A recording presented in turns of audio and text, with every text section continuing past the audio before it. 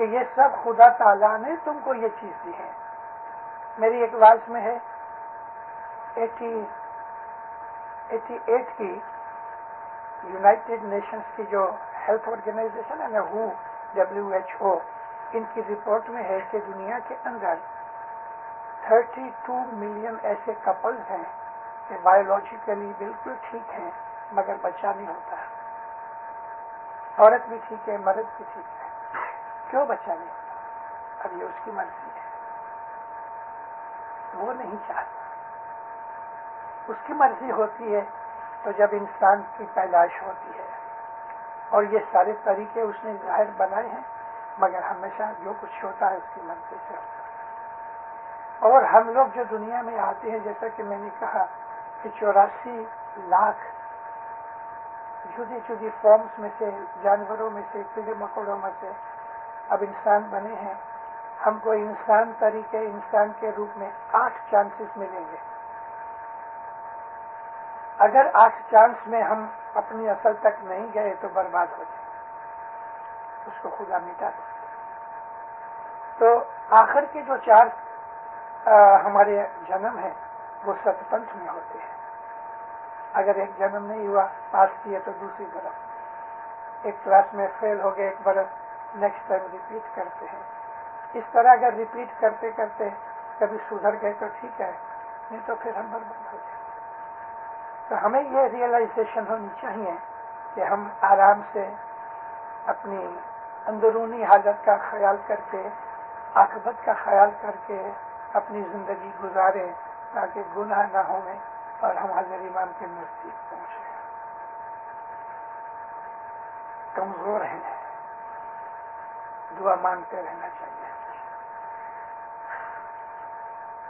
آپ نے بتایا جیسے کہ 8 جنم مطلب انسان کے روپ میں ملیں گے، اور اس کے بعد اگر جس میں مطلب اتنا کامیاب نہیں ہوا تو اس کو مولا مٹا دے گا. تو کس چیز کو مٹائے گا؟ دیکھو، جس طرح اس نے ہمارے جیو کو پیدا کیا، اس طرح سے اس کو بالکل مٹا نہیں سکتا. جیو میں تو آتما ہے نہ، ہمارے اندر 2 چیزیں ہیں. جیو ہے لائف فورس، جس کو نارملی سول کہتے ہیں. دوسری چیز ہے اسپرٹ، جس کو ہم آتما کہتے ہیں. یہ درخت ہے، اس کے اندر لائف ہے، لیکن درخت میں انٹیلیجنس نہیں، کچھ فیصلہ کرنے کی طاقت نہیں. مگر کیڑیاں ہیں، اس کے اندر انٹیلیجنس ہے. کیڑیاں کام کرتی ہیں اور ان کی بڑی اچھی آرگنائزیشن ہے. ان میں ایک لیڈر ہوتا ہے، وہ اپنے لیڈر کی بہت اوبیڈینٹ ہے، اور ان کے اندر جڑے جڑے کاریگر ہیں. جب یہ اپنا گھر بناتے ہیں اندر، تو اندر روم ہوتے ہیں، رومز بناتے ہیں الگ الگ. اسی طرح سے ہنی بی ہے. بہت سے جانور ہیں کہ جن کے اندر خدا نے انٹیلیجنس رکھی ہے. تو جہاں انٹیلیجنس ہے وہاں اسپرٹ ہے، آتما ہے. کیونکہ جیو ہمارے ہارٹ میں رہتا ہے، آتما انٹیلیجنس میں رہتی ہے. تو مٹائے گا کیا؟ مطلب یہ ہے کہ جس طرح اس نے پیدا کیا ہے اس طرح سے اس کو مٹائے گا. آتما رہ جائے گی جی میں، کیونکہ ہاں آتما جو ہے وہ نور ہے، انرجی ہے. اچھا، جو اپنا نجات دلاتے ہیں وہ جیو کو دلاتے ہیں کہ آتما کو پہنچاتے ہیں؟ کیا جس طرح آدمی نجات دلاتا ہے جیو سے بولتے نجات تو بیٹا جیو کو ہوتی ہے. تو پیر نے گنان میں لکھا ہے کہ پران پروش تو امر ہے. پران یعنی لائف، جیو. اس کا پروش یعنی اس کا شیخ یا جو اس کا بڑا ہے وہ آتما ہے. تو کہتے ہیں پران پروش تو امر ہے. کایا مری مری ہے، باڈی مر جاتی ہے، دوسری آتی ہے، مگر جو پران ہے وہ ریپیٹ ہوتا ہے. اور یہ جو آتما ہے وہ تو انرجی ہے، خدا کی ذات ہے. اس کو دکھ نہیں، سکھ نہیں، مٹتی نہیں، یہ مٹتا ہے. سب میں ایک ہی آتما ہے، جیو سب کے الگ الگ.